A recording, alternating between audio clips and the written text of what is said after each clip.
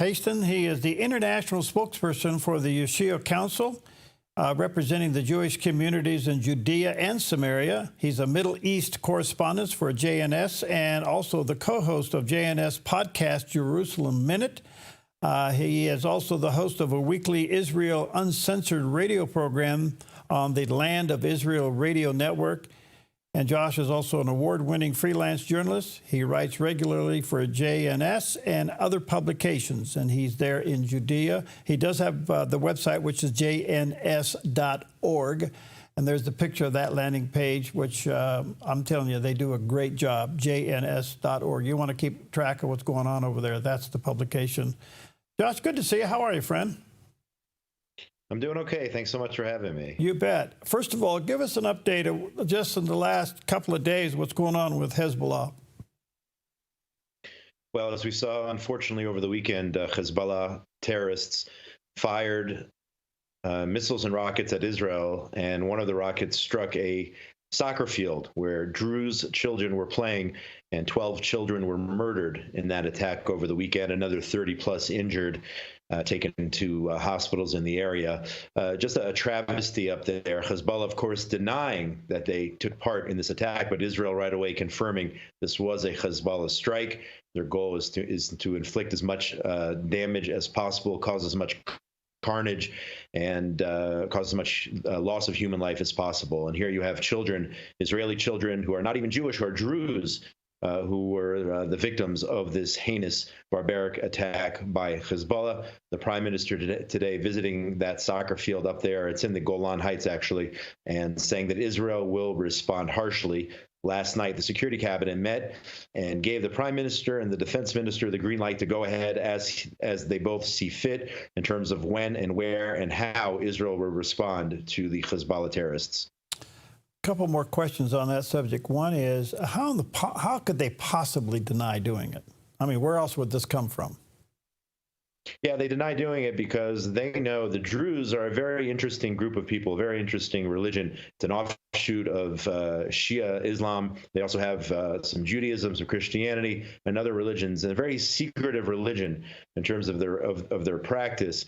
And Hezbollah basically doesn't want the Druze in Lebanon to respond because the Druze, they don't put up with this nonsense. They don't put up with these types of attacks. And there's already been a video circulating showing the Druze saying that the gates of hell have been opened as a result of this Hezbollah attack. They're demanding revenge. I don't know where the video originated, but I've seen other situations in the past. There was a case a few years ago where the Palestinian Authority in the town of Jenin, they kidnapped a member of the Druze community, and several hundred members drove down from northern Israel to Jenin. Again, that's under the PA control, and demanded. They said, if you don't release this hostage, this prisoner hostage, in 24 hours, we are going to take some serious action. And certainly he was released. So this is the Middle East, folks, and strength rules here. If you don't show strength, if you show weakness, your enemy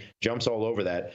So the Druze know how to show strength. Israel should follow that lead, actually, when dealing whether it's Hezbollah, whether it's Hamas, whether it's the Iranian threat. They are the head of the octopus.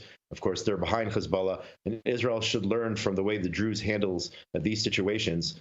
Strength dominates here in the Middle East. How vulnerable is Lebanon and the citizens there? I'm sorry? How vulnerable is Lebanon and the citizens there? Yeah, they certainly are. Hezbollah plays a major role politically in Lebanon. They have control of many seats in the parliament up there. They control a lot of what happens there. And one of the theories is that Israel should, in fact, strike certain positions within Lebanon, and hopefully the people then will turn on Hezbollah because of their extreme influence on what happens on a day-to-day basis and how much control they have over the lives of those Lebanese. And a lot of the Lebanese want to have nothing to do with Hezbollah. Unfortunately, the reality of the situation dictates otherwise, with all of the millions and billions of dollars from the Iranians supporting the Hezbollah terror regime over the last several decades. Hezbollah is a major player in Lebanon, and hence at this point the people are subject to the whims of their brutal regime. And a lot of people want to see them go. So Israel might, in fact, target some sort of civilian infrastructure, obviously not targeting civilians themselves. That's not what Israel does, but to send a message that we support those Lebanese people who want to see Hezbollah gone as well, and perhaps they will have the ability and the motivation to turn against Hezbollah and get them out of there. That was my next question, Josh, and that is that do you think Israel will stay true to form and warn people about what they're about to do? Yeah, when you have these international situations, it's much less likely that Israel is going to give a heads up, as they do in places like Gaza.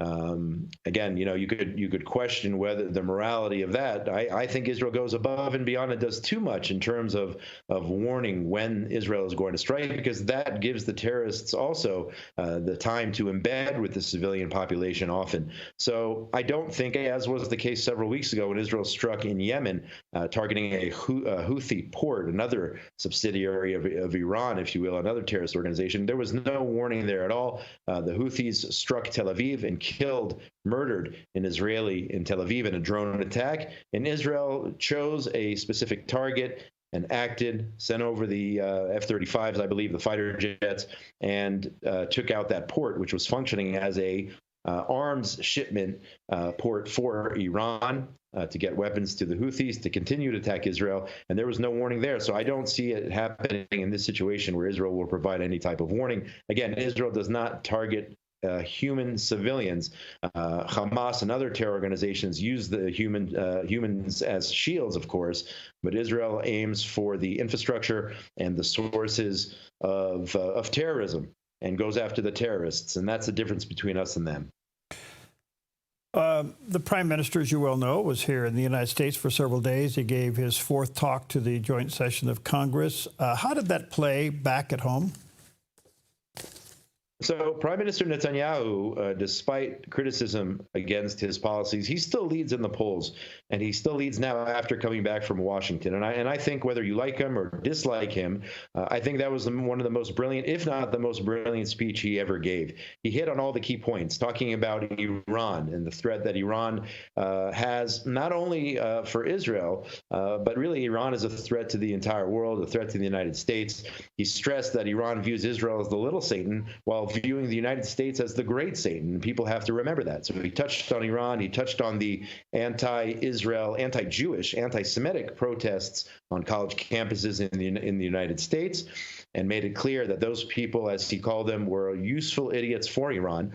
And he also stressed something very important, the unity that we must have between the United States and Israel. And I think that's something that sometimes gets lost based on what people see out of the current, let's say, administration, for example, the Biden administration. We know that the vast majority of the American public, the vast majority of the people in the United States understand the importance of the bond between Israel and the United States, and it's a relationship that goes both ways. Israel certainly benefits from the U.S., and the U.S. also benefits from what Israel has to offer in terms of weaponry, in terms of technology, in terms of friendship, all those other things. So I think the Prime Minister made his points very, very clear to Congress.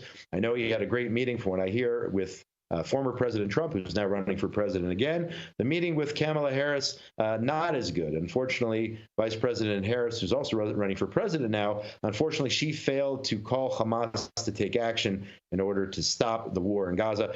And that was something that was lacking in that meeting. But if the president, former President Trump, does win in November, I think that the relationship between Netanyahu and Trump was reestablished in a positive sense this time in Florida. I think that will continue. If the president wins, it will continue throughout his presidency.